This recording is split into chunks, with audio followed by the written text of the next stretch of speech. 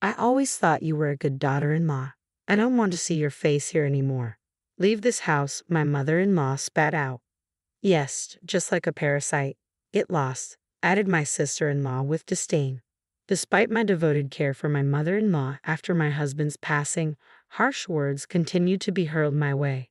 The insults, even directed at my late husband who had lovingly tended to his mother until his final moments, became unbearable.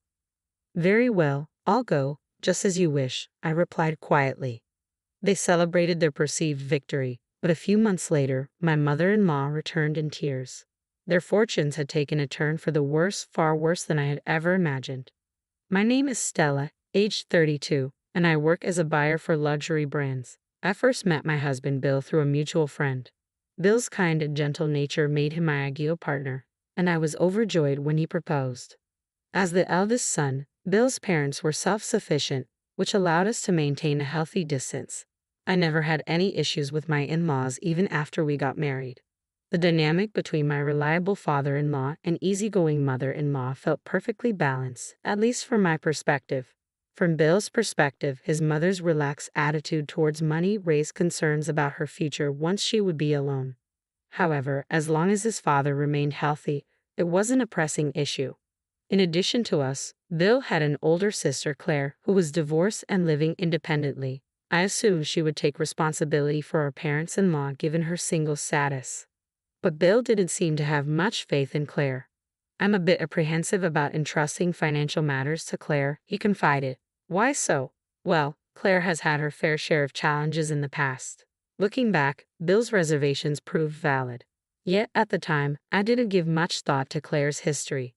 Our tranquil married life continued for a few years until my father-in-law's chronic illness took a turn for the worse and he passed away. My mother-in-law, who had relied heavily on him, was devastated.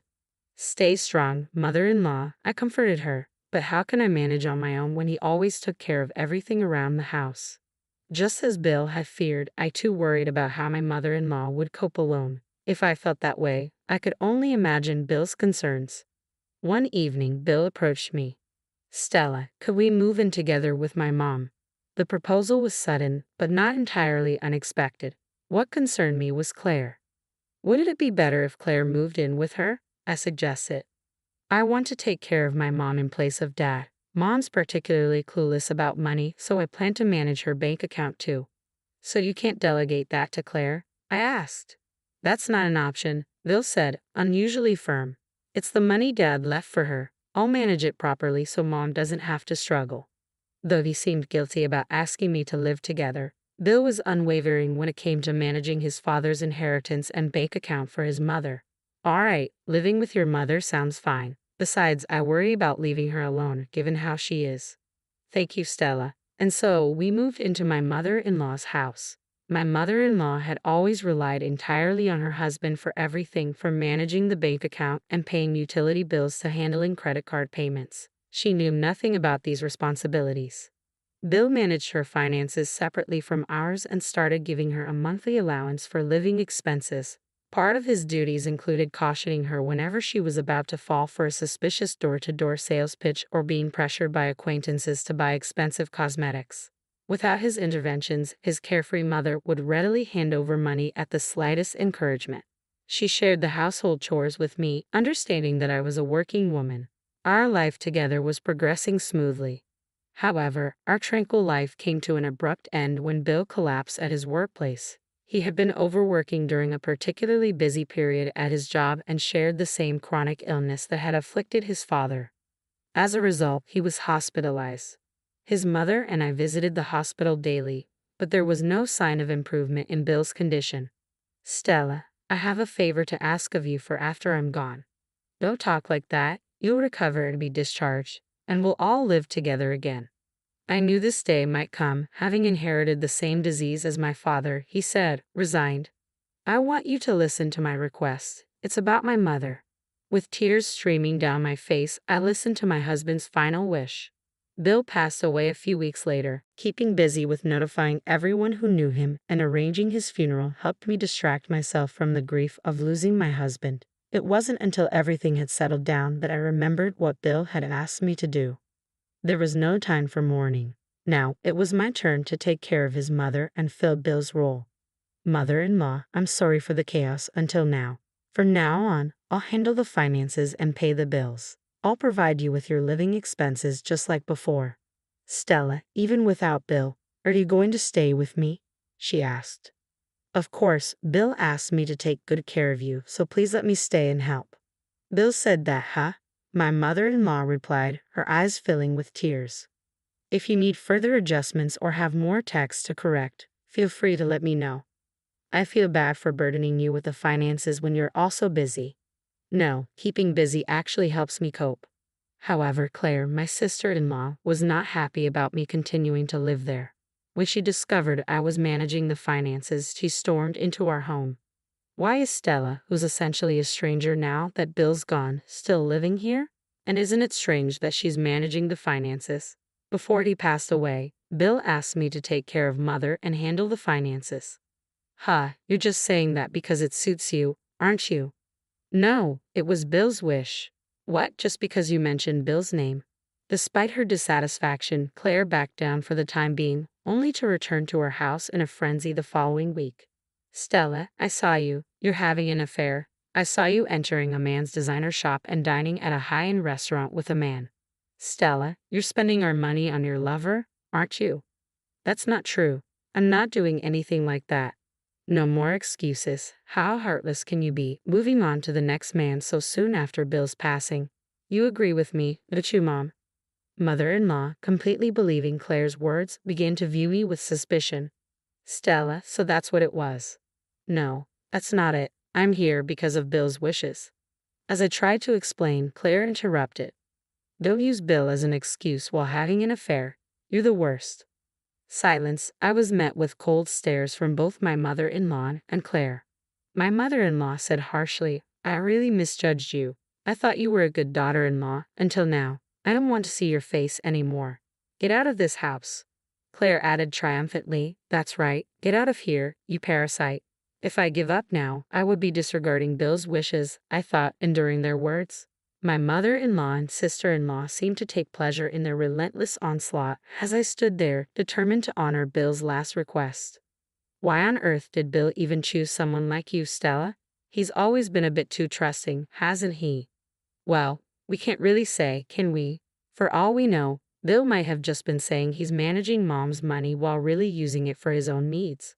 Despite their cruel words against Bill, who cared for his mother until his dying breath, I'd had enough. I might be able to bear insults against me, but I can't stand you speaking ill of my late husband Bill. I'm so sorry I couldn't keep my promise. I apologized to Bill in my heart, then turned to my mother-in-law and sister-in-law. Fine, I'll leave as you wish. As I said this, their faces lit up with joy. Finally realize you're the outsider, huh? And don't forget to leave the checkbook behind, of course. But 3 months after cutting ties with them, my mother-in-law called me. Stella, I got a notice that my card payment didn't go through. What does that mean? Despite her incompetence in handling money, my mother-in-law ignored this and continued to berate me. We've never had this problem before. Ever since you left, the money has suddenly disappeared. So it didn't, you. What? This isn't something we can solve over the phone. Come over here now, she said abruptly, then hung up. If you need further adjustments or have more text to correct, feel free to let me know. I had no choice but to go to her place. When I arrived, my mother-in-law and sister-in-law were waiting for me. Ignoring my mother-in-law's anger, I logged into the online banking system and showed her the account balance. Here's the statement. As you can see, the balance never went into the negative while I was managing it. Can you guess why? What? Isn't that because you were saving money? You're not exactly known for being good with finances, are you? The balance stayed positive because I was depositing $1,500 each month for living expenses. Living expenses? You've been depositing money for that? Ever since Bill was alive, we always handled it that way. We agreed that paying a bit more than our share of the rent while living together would help preserve my mother-in-law's savings. Bill was.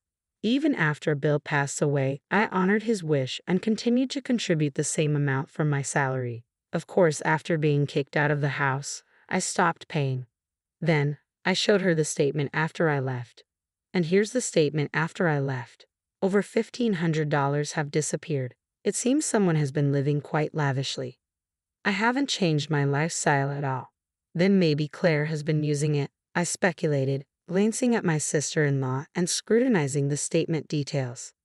According to these transactions, the money was spent at upscale boutiques and fancy restaurants.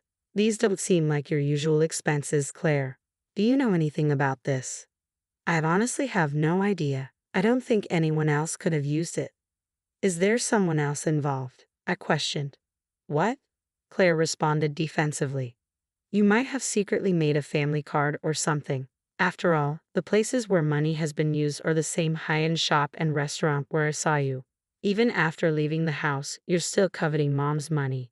You're so greedy. Enough. I was at that shop for work reasons. Miata restaurant was for a business meeting and discussion with the shop owner.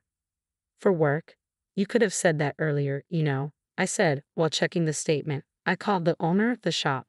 Yes, it was last Friday. The product's name is. As I spoke firmly, Claire stared at me in astonishment. Yes, please attach it to an email. That would be helpful. Oh, I see. Thank you for the information. After hanging up the phone and checking the email, I showed my mother-in-law and sister-in-law the video attached to the email I received. The footage clearly showed my sister-in-law, Claire, purchasing designer goods. What? What is this? Claire's face turned pale as she stared at the screen in disbelief. I contacted the store owner and had him send me a snapshot from the security camera footage of the day of the transaction. There's no doubt it's you, Claire. Do you have anything to say for yourself? Claire remained silent, unable to defend herself. Oh, and by the way, the owner informed me that shortly after the purchases, identical items appeared at nearby pawn shops. The dates coincide with your car transactions, don't they? Well, Claire's flustered demeanor spoke volumes about the truth of the situation. My mother-in-law asked curiously, why would anyone buy something only to immediately sell it? Such a hassle. In Claire's silence, I answered, she needed cash, didn't she? If she withdrew the money directly, it would point directly to her. So she tried to frame me by choosing a store I frequent. Claire remained silent, unable to refute, though my mother-in-law still harbored doubts. But why did she need so much money? It was to repay debts, I added, repeating Claire's whispered admission. It seems Claire hid this from you, but wasn't her divorce due to her debts? Even before they married, Bill often worried about Claire borrowing money from him. He lamented her unchanged spendthrift habits even after their marriage. Debts, you say? At that moment, my mother-in-law seemed to realize something.